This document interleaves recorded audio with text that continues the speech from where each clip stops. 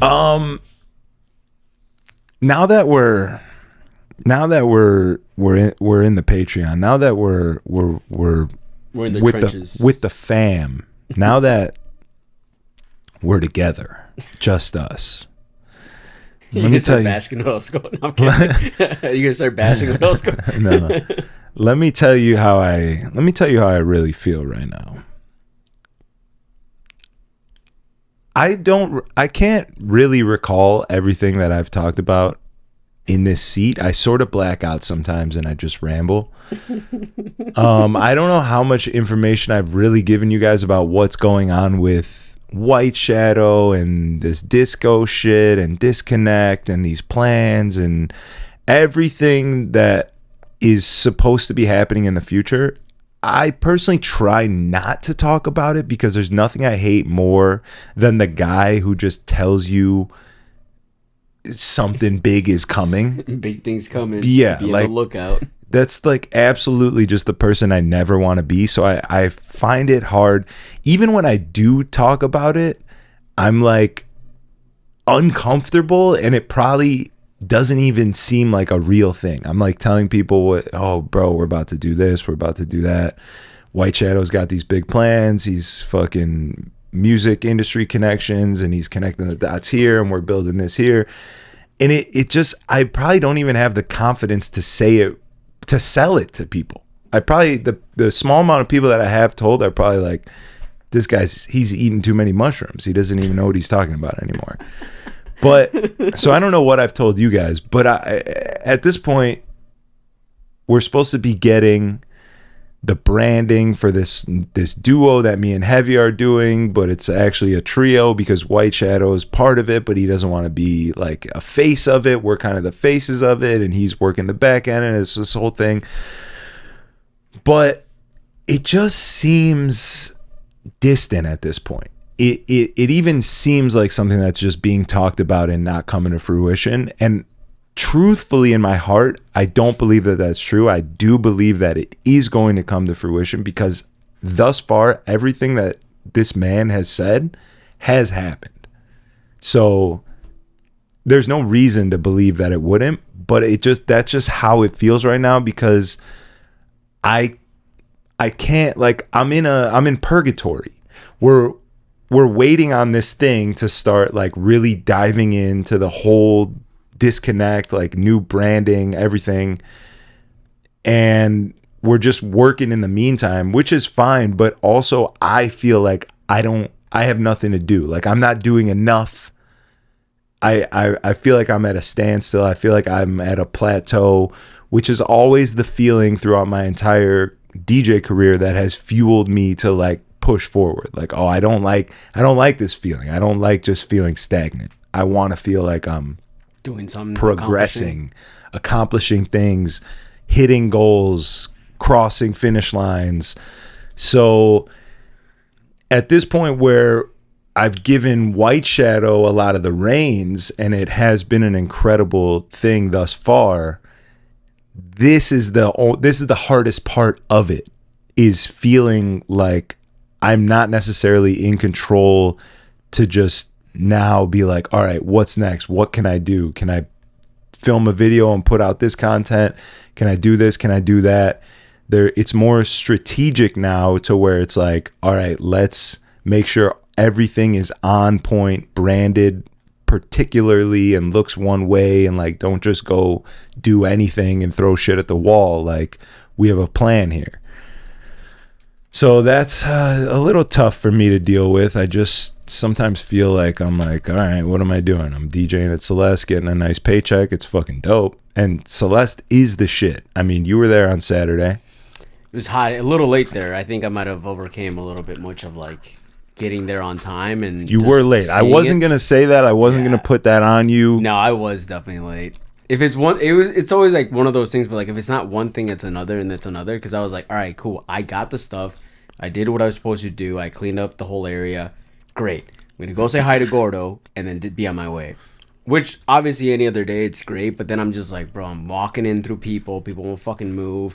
I'm looking for them, can't find them. I'm seeing someone else. They're saying hi.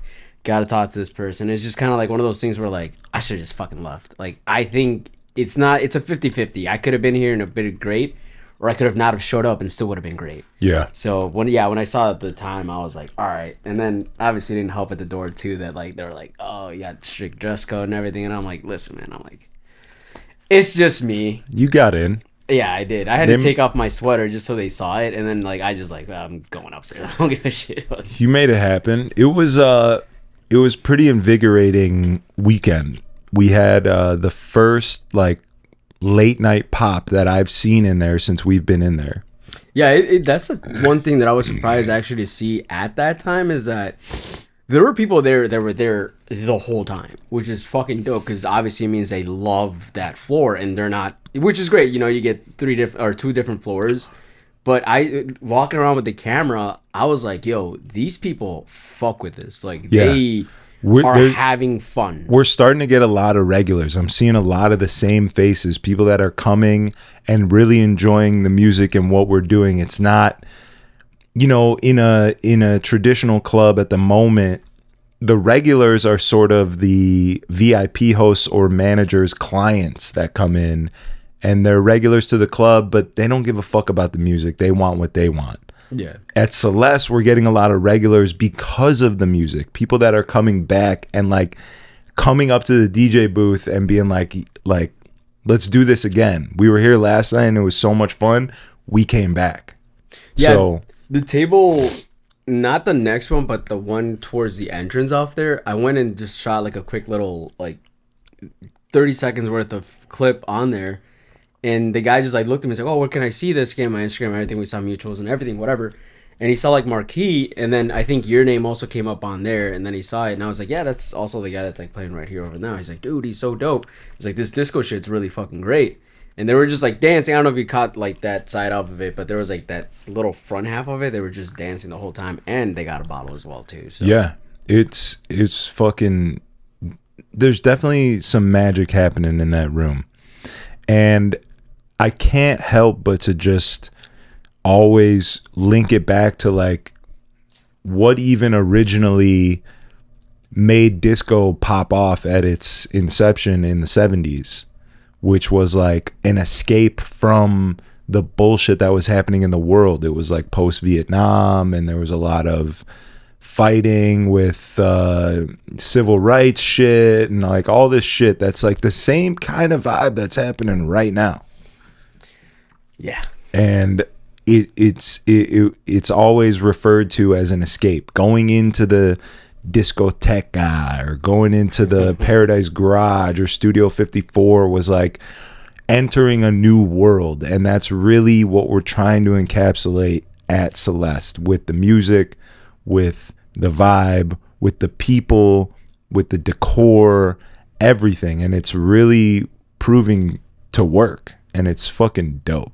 I think the one thing, and this is just me nitpicking off of like trying to get the video, the one thing that it's missing is having one white light pointed at the disco ball, so you get that shimmery effect. Yeah, that would set that place up there like nice. Yeah, even if they turn off like the floor lighting, which is also dope. Obviously, it gives you that like Saturday Night Live, like that that dance scene with John Travolta. But yeah, just if you had that on there, bro, that'd be like the cherry on top. If you did that like maybe every 30 minutes, that'd be great. Yeah, there's a couple things that we have written down that we definitely want to do. They're gonna move the DJ booth and like build it out better, so that's gonna be tight. It's kind of temporary at the moment because we made them move it originally, and now it's proven that where it's at is a good spot, so they're just gonna shift it over a little bit and like build an actual booth for us, so that's gonna be tight. And then yeah, I mean, I'm excited. We're starting Thursdays this week, so this will drop next week, but we'll be there every Thursday in the Garden. Jerry Joseph's in the disco, doing his thing. Me and Heavy are doing house music in the Garden, so I'm really excited for that. As much as I'm really loving the disco and we're making these edits, I made 2 edits last night actually myself. Heavy's fixing them up for me right now, which is beautiful, but I did get hit with a little bit of inspiration and I cranked a couple out, and that's exciting for me. I don't normally do that. Hey, when it hits, it hits. So that's going to be really fun to drop those and see how the crowd reacts to something that I made. But yeah, house music on the top floor, on the rooftop. The weather's getting nice. They get to open the retractable roof. We got the plants up there. I'm ready to fucking stick Poppy up there. No laptop. It's just so nice. Everything's working. As much as I started this whole conversation off with like feeling like I'm at a standstill, as I'm talking right now, I'm realizing that maybe my feelings are not as valid as they seem, because everything is coming together, and I am very excited to now have this other floor, this new genre. I love fucking house music. I get to get my stick game up. I like want to say that I miss playing a traditional nightclub set where I get to fucking rip Pop Lock and Drop It and Drake and Satisfaction and just like your high energy Tao set. But I don't, to be honest. Like, sure, I like it and I love it, but do I actually miss it at this current moment? I don't think so at all. I think that's the one question, or not question, but I guess like thought a lot of DJs have, because you can kind of see it off of it. You can be the DJ that does it all and like is good at it, but you never really get labeled. Like, there's no such thing as open format now. It's more or less more this or more of that. But I think I forget who specifically, but they always say like learn one thing and learn it very well, and you might be able to catch people's ears by really fine-tuning that one thing. Because I think if you stick within, like, let's say the house realm of stuff, so obviously everything in between regular house, disco house, electro, whatever, I think you really start to brand yourself a little bit better. It's just a hip-hop DJ or a Latin DJ or shit like that. And that's the one thing I think I've even struggled with as well too. I could be like, well, I could fully dive into this, but sometimes I do feel like, just drop like a reggaeton song in there, even if it's like a old hip hop top 40 shit. Yeah. Yeah. But I think everyone kind of sees it a little bit different at that point. But I think what you guys got going on with the disco stuff, at least on there, like when I wish I could still have it, but when I hear the Lady Gaga disco edit that you guys have, Heavy does always drop. He must know that you want it, because he always drops it when you're there. It's the thing is like, dude, it has such an amazing like opening onto it that like immediately, and people start singing to it. And again, I know why he doesn't, because I want to replicate that. I want to be able to play it in a different room and have that same reaction. But at the same time too, I completely understand it, because it's a secret weapon that you guys have that like it's like when I was at Wrigley, I would put like, I don't know, shots by LMFAO, because I know I'd get a reaction off of that every single fucking time. It wasn't anything special, but I knew it was one of those, tools that helped me get into that.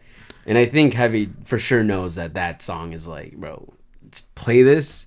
They're going to know. They're going to start singing along. They're going to hear the fucking riff, and it's just going to go crazy. It is a big reset record, because it just drops. It just drops into like a lull. And then the violins come in and it comes up, and then like right when it hits, the Lady Gaga vocals come on. Everyone knows what it is. It's really one of my favorite fucking edits that he's made. I know, he crushed that. He crushed that shit. It's such a useful tool in a room like that. And I'm always trying to think of like all these different songs that I used for different purposes over the years in my sets at clubs and shit. Like Crew Love is a huge one that switches the vibe, but it hits so hard that it's a reset, and also a breath of fresh air, and also a song that people weren't expecting. It like checks all these boxes, and I'm always trying to think, all right, like what's the Crew Love for this room? What's the disco version? How can I do that same thing but with a different song? Or like what's the fucking I can't even think now, like I mean, I think it just helps with that on there because, like, especially for you guys. I mean, I keep forgetting that you and Heavy are the only two people there doing the whole night, and you can keep the energy up. But I think every like 30 minutes or so, like, there's got to be that one song that for you enables you to take them in a different direction, and then pretty much just reset not only the room but the vibe of it as well too. And then finding that again another 30 minutes and another 30 minutes, and you essentially keep that going for like 4 or 5 hours throughout Oh, the like night. eight or nine. 8 or 9, that's fucking even crazier at that point, because I'm just like, bro, my brain is now fried after 2 hours. I'm like, where do I go from here? Yeah, So it does get tough. There was a definite moment on like my third set where I'm like, damn, we fucking played everything. Like, what am Yeah. I supposed to do? We play a lot of shit twice because the room it rotates. just There's different rotates people so in there. often. It's a small room, and I love that actually. But then you always get that classic DJ thought of like, damn, the bartender's already heard this. Not only that, but then you have like, I think it was some lady who like, it was her birthday or something like that, and I think she came up to you and she's like, "Oh, can you play like Birthday Bitch or something like that?" And I was just like, "Did you really like? You've been here for like 10 minutes. Like, you kind of get the vibe that that's probably not gonna be played. They're not playing just disco because they love it. It's because it's literally the theme of the room itself, and they're gonna keep going with it. Now, Yeah. I would get it if you would have like maybe a disco version that would have some birthday stuff in there, but the way that lady said it, and then she looked at you, I was like, "You're the problem." I did rip. It was early enough. There weren't a lot of people in there, but the vibe was good to where I took some risks. And someone wanted Club Can't Handle Me, and I don't have a disco version of it, but I did stem out the acapella of that and take the vocals out of something else that was in the same key, some disco shit, and I did like a live remix of it, and it you was record it? pretty mediocre, but worked. For what they were looking for. They wanted the song, they got the song, but it was a disco version. And I need to do more of that. But the stems, like, I get so nervous with the stems because of the weird fucking noises it makes. And sometimes it drops out the vocals when it's not supposed to because they're so low in the mix and shit. And like, I get freaked out. I get nervous. I'm on edge when I'm doing something like that. Yeah, it phases them for some weird reason. I don't think it fully. I mean, I get it because it's like in the moment, so obviously you can analyze them, but at the same time too, in the moment, it can or cannot, pick up certain things. Jerry Joseph does that very well, though. Yeah, he does a lot of the live remixing with the stems and shit, and he fucking rips it. So I'm like, if this kid could do it, I can definitely do it. Not he to say it does. like that, but No, but inspirationally, yeah, he does put a little bit more into like what works and doesn't work off of the stems alone, so that way he knows exactly. Because I mean, obviously, I've known the kid to play like off the wall shit. Like sometimes I'll go into like '90s rock or 2000s alt rock shit, and then he'll like play it great, and I'll be like, "Yo, he obviously puts in time to know this shit. Yeah, to what it works." he's fucking on his shit. He knows Yeah. what he's doing up there. But you did put on Bad Bunny, which honestly I thought I'd never hear a disco version of Bad Bunny in a disco room. The two disco edits we got, well, one's a remix, one's an edit, I believe, but the two that we got are fucking slappers, dog. So now if people say, "Can you play some Bad Bunny?" I got you. Not what you're gonna expect, but what you need. Yeah, it's dope. It's dope. The one is the Q remix, and the other one I think is Ardent. Yeah. Ardent. Yeah, I think one of them was DTMF. Yeah, that's the Q remix. That shit yeah. goes crazy, bro. Yeah. It's fucking. It's got the vocals for sure too, which again you don't know until you make that version of how good it could actually fit out of the genre that it's obviously stemmed from. Yeah. So that's exciting, and we got Pool House Radio every Wednesday, Sunday on Pitbull's Globalization. That's been really dope, and everything's just coming together, dog. I'm gonna be honest. Like, there's just a nice mesh of everything. It's all supposed to get rebranded once this like branding thing is done. The radio show is gonna represent the same thing that we're doing at Celeste Friday and Saturday, and then we have the edits coming out and the remixes coming out, and then White Shadow's talking about doing originals, and like he's working all sorts of backdoor official remix deals and whatnot. Like, who the fuck knows what's actually going to happen, but I'm very excited for whatever it is. I did get my Aura ring. I told you guys I was going to go get an Aura ring and write it off on my taxes. I don't know. How much do you think? Do you know what this is? Have you ever heard of the Aura ring? I've only seen them on people, but never really dived into how it works, though. But like, you know what it is. Yeah. Essentially. Yeah. Like, how much do you think something like this would cost? If it was just for the novelty of it, I would say probably like at most $30 to $40. No, come on. Like 150. Like $150? That's what I thought it cost. Like it. You know, it's like an Apple Watch. It reads your fucking heart rate and it like detects all these things, and then it's Bluetooth to your phone. It's like a legit piece of equipment. Like $30, no shot. You could barely get a coffee at Starbucks for $30. But I'm thinking it's $150 or something. So all right, I'll go get it. I said I was going to. I'm gonna follow through. I go to Target. They're fucking $350. $350? I don't know if it's the tariffs. I don't know what's going on, but these fucking things are more expensive than I thought. So thank God I'm writing it off. But bro, that's an Apple Watch. Yeah, it's exactly what. But it's better in my opinion because you don't have to fucking look like an idiot. Do you have an Apple Watch? Sorry. Yes. What the fuck? I bought an Apple Watch at one point. I was just like, I don't like that. Like, you have to charge it so often, and like, I don't know. It was too much for me. Well, my phone's dry enough to the point where it'll get me through the day. Sorry. Fucking, you have an Apple? Yes. But yeah, it's like it's more discreet and something I don't have to like think about. And there's no screen on it like distracting me even more than I'm already fucking distracted by my phone and everything else in the world. So I do enjoy that. But I don't have a lot of information for you guys yet because it takes like days to calibrate. It has to like see your schedule and start getting a feel for how you live and whatever the fuck before it can start spitting out data at you. So it keeps telling me that it needs more data. So, you know, next week maybe I'll have something for you guys. But it is cool. It does give you like a sleep. It gives you like a readiness score. It tells you how well you slept. It tells you how long you were in REM sleep, how deep of sleep you got. It is pretty accurate. It knows like, it'll say you laid down for this long, but you slept for this long. Like it knows when you actually fall asleep as opposed to just laying down in your bed, not moving. And then it'll calculate that with your calories burned or like stress or whatever the fuck, and it'll tell you your readiness score for the day, which is a nice thing to fall back on. You know, you could wake up and be like, damn, I don't want to do shit today. I'm feeling like shit. And then you look at your app and it's like, you're 99% readiness. And you're like, yeah, fuck yeah, I am.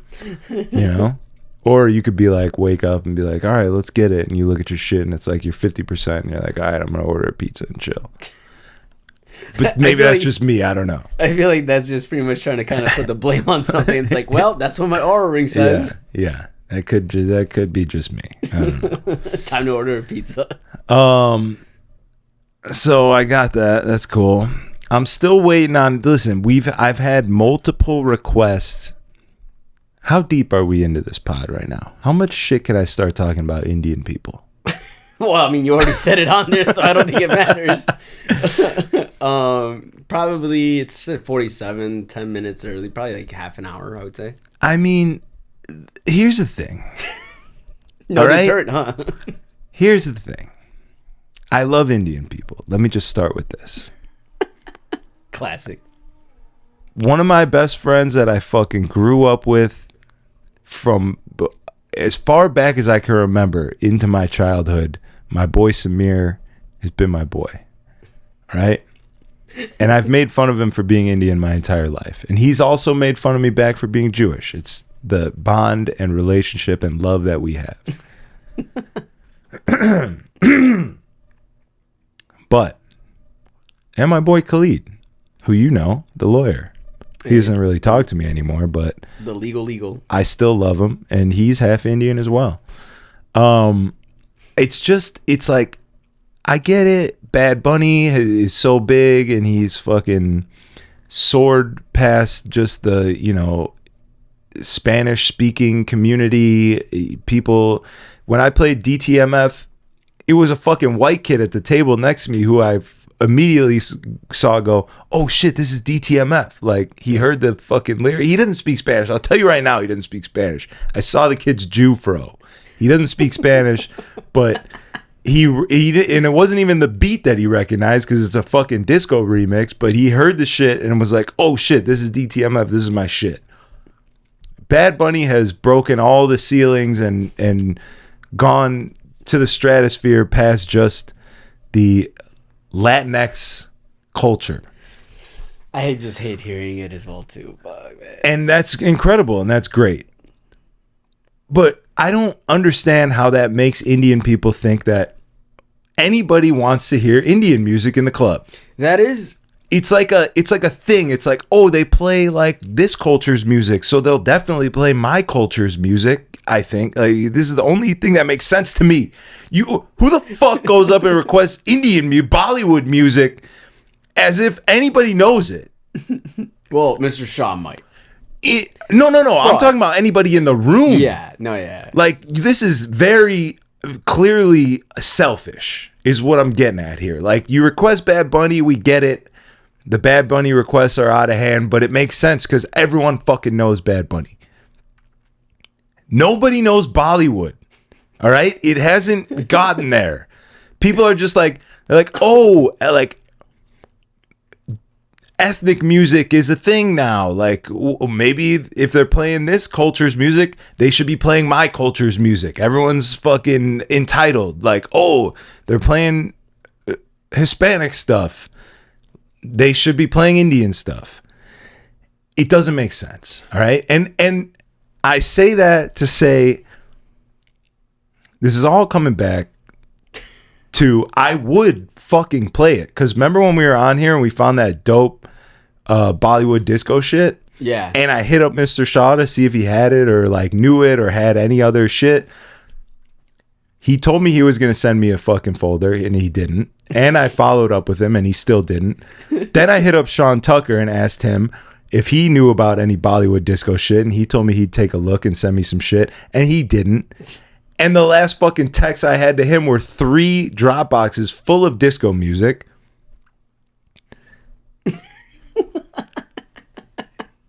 So I could talk all the shit I want. All right. That's what I'm trying to get at. I could talk all the shit I want. I went to the leaders of your fucking culture. I went to the leaders of your shit. And I asked them for shit. You want shit?